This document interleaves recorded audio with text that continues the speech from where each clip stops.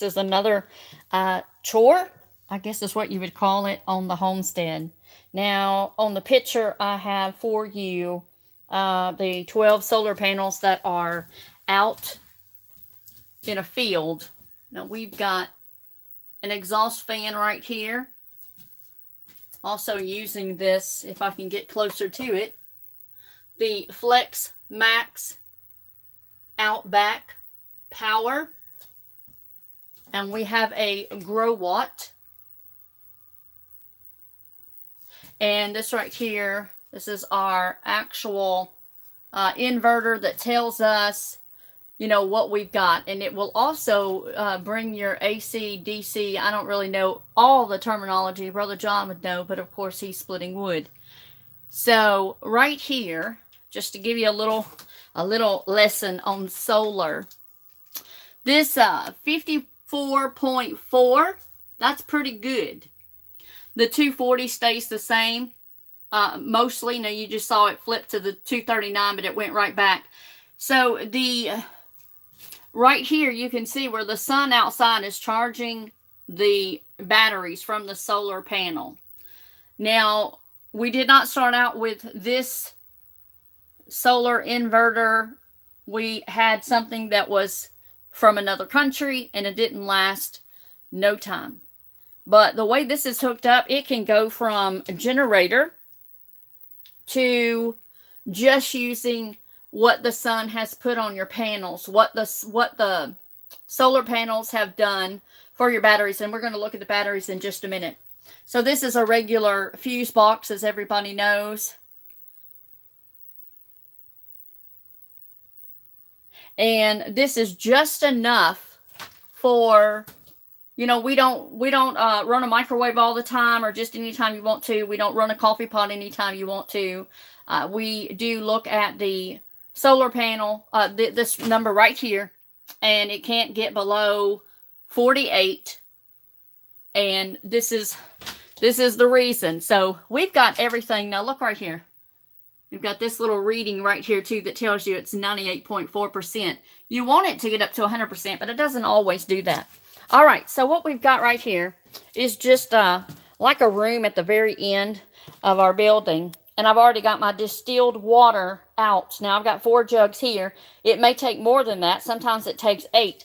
If we checked like we should once a month, I don't guess you have to check them every month, but if you check them about every 3 months, and it may have been 3 months since we did that, but we're pretty sure that they're in need of water. So because I haven't brought you along with me to do this chore, I thought I would do that today. So there are 12 solar panels outside. And we have, I believe there are 32. These are golf cart batteries inside. And they do run our home. But like I said, this would just be for, it's not like, we don't use electricity like normal people. We are off-grid, so we don't just walk around flipping light switches all the time. You can't leave your TV running all day long.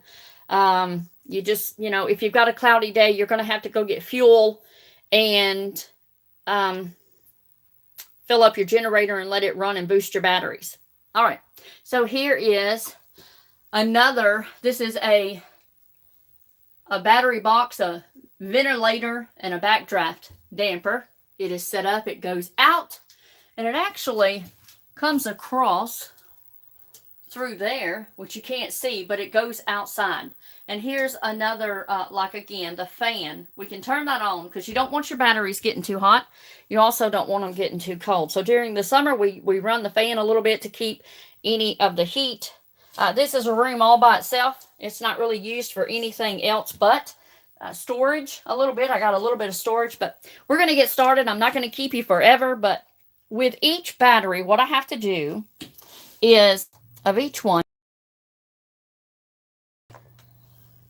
and I'm going to see if you can look down in there. I think I brought, all right, let me go grab a light so I can kind of show you what we're looking for.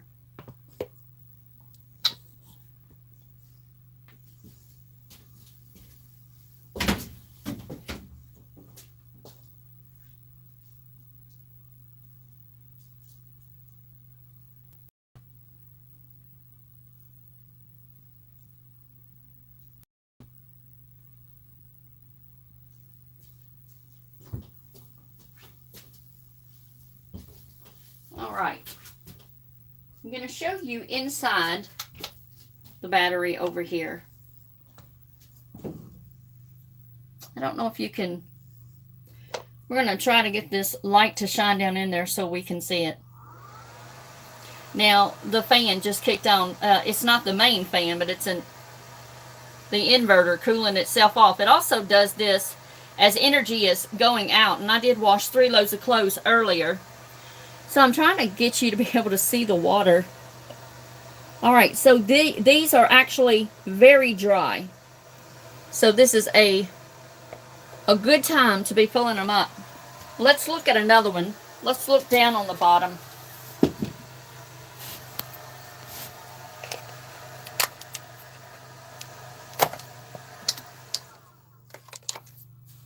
Let's see if we can get our light to shine in there.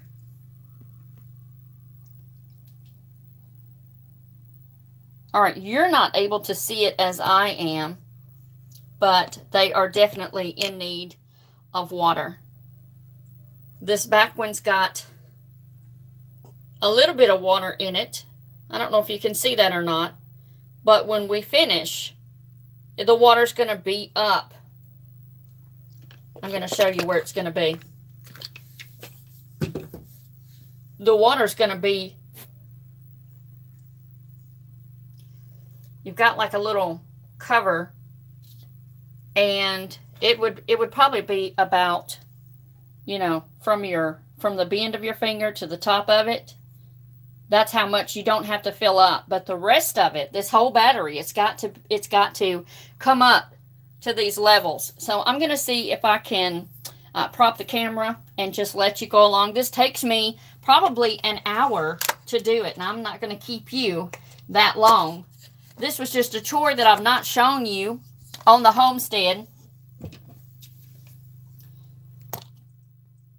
And I thought since I was going to be taking the time to do it, it might be interesting for you who might be thinking about going off grid.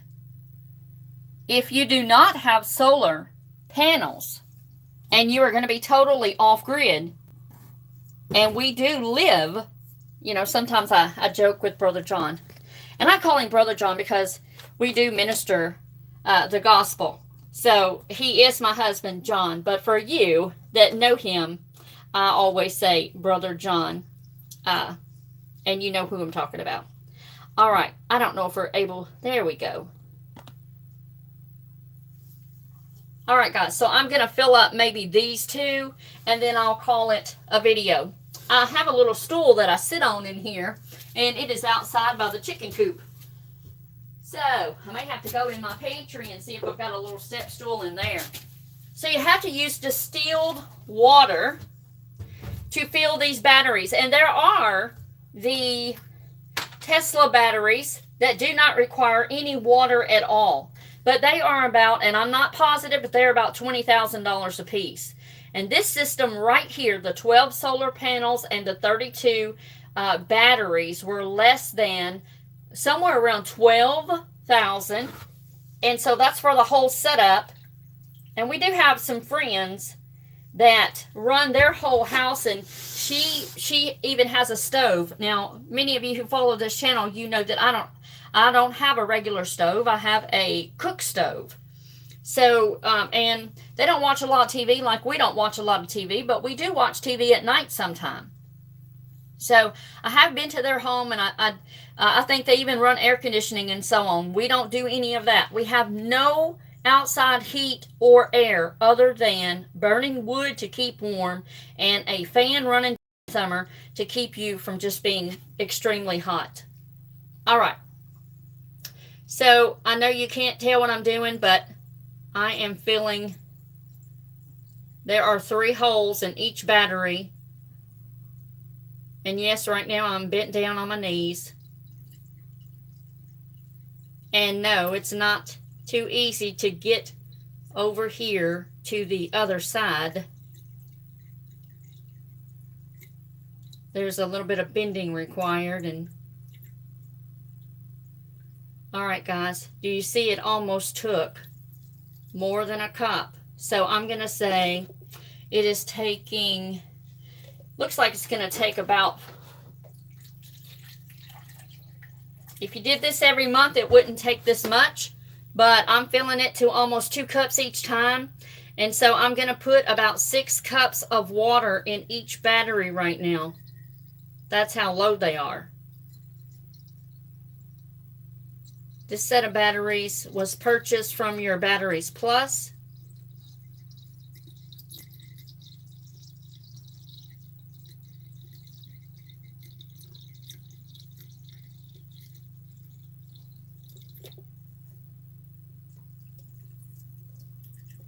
So guys, you do the math.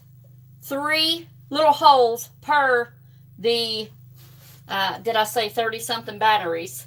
I'm going to be here for about an hour. But you're getting the gist. If we don't keep water in these batteries and they go completely dry, you ruin your battery. So you don't want to do that. And typically, I think the batteries last anywhere from 5. Some people say 10 years. John would like to change these out in the next year or so, but it may be replacing one at a time. That's not recommended. It's recommended to replace all of it at the same time. All right, so let's see if we can get down here. And hopefully I can grab, oh, I know y'all can see that water right there.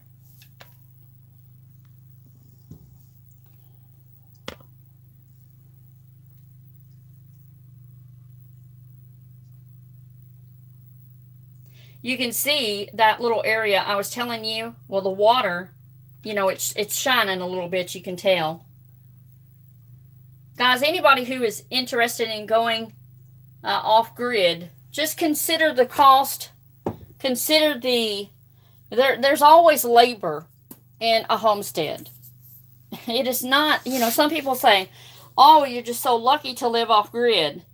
And my answer to that, and let me see if I can turn you around. My answer to that is, yes, we are fortunate to live off-grid. But it comes with daily work. There is not a day that goes by that we just sit down and do absolutely nothing. Now, we have some farm animals too, so we have to take care of them every single day. The weather next week is going to be 2 degrees on Tuesday at some point during the day. And you know what? That means that we're still getting up and having to go out there.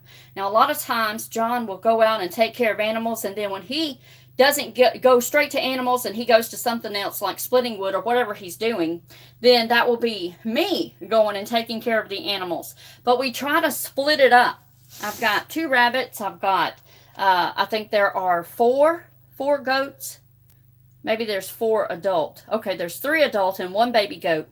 And right now, one mama and her baby are separated. So we have, that's just an extra little added chore during the day that we have. And then we've got, I think it's like 28 chickens.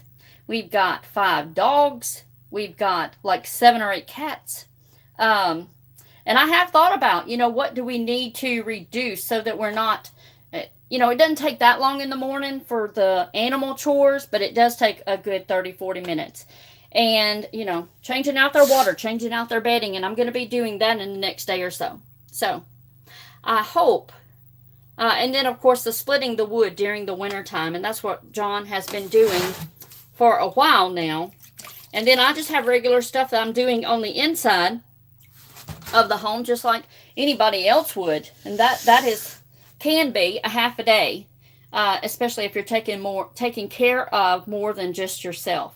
So, I'm going to switch it back around to these batteries. I'm going to be in here for a good hour. And what I do is, to not get confused, after I have put my water in the battery, I will go ahead and put this cap back on and tighten it back up. And I will work with at least 2 at a time. And then I'll put those caps back on, and then I'll move to the next 2 and put those caps back on and move to the next 2. And sometimes I'll either go straight, you know, through a panel and then go back to the back and start working, or I will zigzag. I'll do here and here. This is for my lady friends, and here and here, just so that I'm not constantly bent over, because as you can see, let me see if you can see this. See, it's a little bit, let me see if I can back up some. You see that little space? So I'm definitely bent over. I, in the past, have done the bottom, and John has done the top. But today, I'm going to attempt to do both. And I guarantee you, it's going to take all 8 gallons of water, because I did not realize how low they had gotten. We probably would do pretty good to put us a little piece of paper here and write down when we are checking the water in the batteries. But, you know, it's just, with everything else in life, you've got to stay on top of things. And here we go again. You're taking care of your investment. Now, I have seen people in places like Alaska, and they have their battery. I've seen a battery bank on the outside.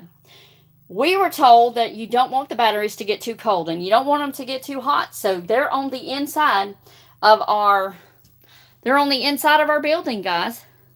So it's just at the very, where you come in, it's just a room off to itself. And I'll tell you what else John has done. I mean, this is just me letting you know. You don't have to do this. But he has put no smoking and danger explosive flammable right here at this doorway, so people would know this is not a room that, you know, is used for anything but a little bit of storage and these batteries. All right, guys. I don't know if you've learned anything or not. I just wanted to share with you one more chore that is on the homestead, especially when you are using solar panels. And yes, we are using golf batteries. We had a friend come and hook all of this up, and he didn't charge us hardly anything compared to what could have been charged.